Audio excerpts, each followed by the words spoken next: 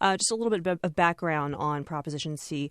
Currently, the city's charter requires developers of larger housing projects to set aside 12% of the units on site for below market rate housing. Now, Prop C argues that 12% affordable housing rate is far too low right now, given the state of the housing market and our housing crisis. So Prop C is basically asking voters to take the city's affordable housing requirements out of the charter altogether and give the Board of Supervisors the power to raise and lower the affordable housing rate. Also, if voters approve this charter amendment, then the on-site requirement for developers more than doubles to 25%. If you have a project that's been in the pipeline before January 12th, and these are lots and lots of projects, you're essentially exempt from the 25% inclusionary housing requirement. So that basically appeased a lot of the developers who were against the proposition to begin with. And the big question here is, will this backfire?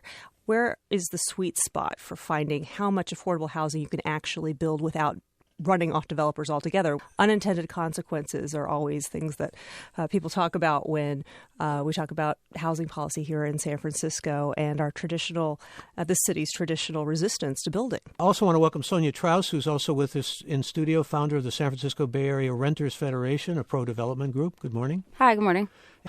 Actually, you're kind of mad at some of those, that word appease again comes here. Some of those are going along with this grandfather deal, aren't you? Yeah, I admit we feel a little betrayed by developers, but I do understand. I mean, the developers that have a project in the pipeline now are concerned with making sure that that project isn't killed. And so, that's their main concern. And so in exchange for being grandfathered in, by not having to comply with the 25%, they basically agreed to not oppose the ballot measure. But what that means is that future projects that are infeasible just will never be proposed. And that's hard on, future workers, future residents, and, potential future developers. Now, I've seen figures that say that you would actually reduce housing built with this by 13.5% and increase displacement by 4%. How do you come up with those figures? The 13.5% comes from Ted Egan, the city economist. They did a study to see what the effect of this would be. So, per 1,000 housing units that would be built under the current 12% inclusionary, if we switch to the 25%, you would get 135 fewer housing units. And so when you don't build housing, that also causes displacement. So it's true that we would get more subsidized units under the new regime, but we would only get 96 more. Could I get the supervisor to respond to that, Jane Kim? I asked the other side what study shows that we can't do 25% affordable middle-income housing when we've proven that we've been able to do more than 25% in previous projects. We do know for a fact that some projects are made infeasible by the 25%. And we know that because the grandfathering exists. If everything was feasible with 25%, our supervisors that care very much about maximizing the amount of affordable housing would have just maximized it, and nothing would have been killed. But it kills marginal projects. It kills projects with a low profit margin. And low profit margin projects are the projects that we most want, because they're the projects that are in the sunset, that are relatively more modest housing. And I mean, as far as the projects that do more than 25% all have upzonings. And we actually have a really good program, the Affordable Housing Bonus Program, that along with upzonings requires up to 30% affordable housing.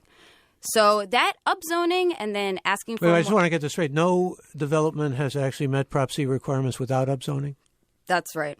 The city does have what's called a nexus study, Michael. It shows what the actual need is that's created by market rate housing. Keep in mind, inclusionary is essentially a mitigation for the demand for affordable housing that's created. It should be 25 to 30% to fully mitigate the affordable housing need created by market rate housing.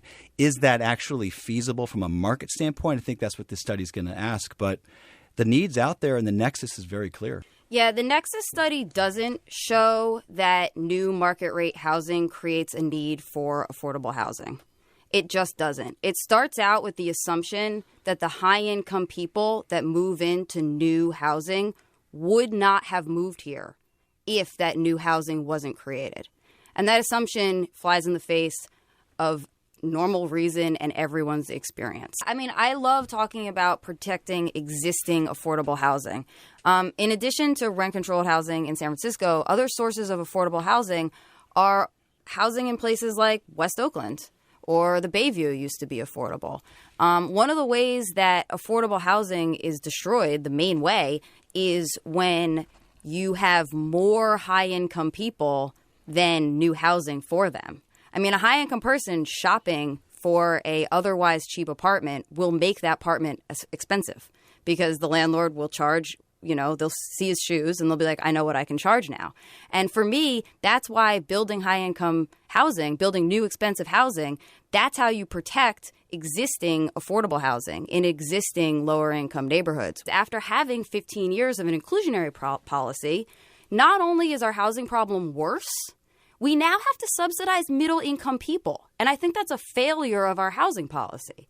And I think that inclusionary is one of the parts of our housing policy that has clearly failed. We are in a worse position now than we have ever been.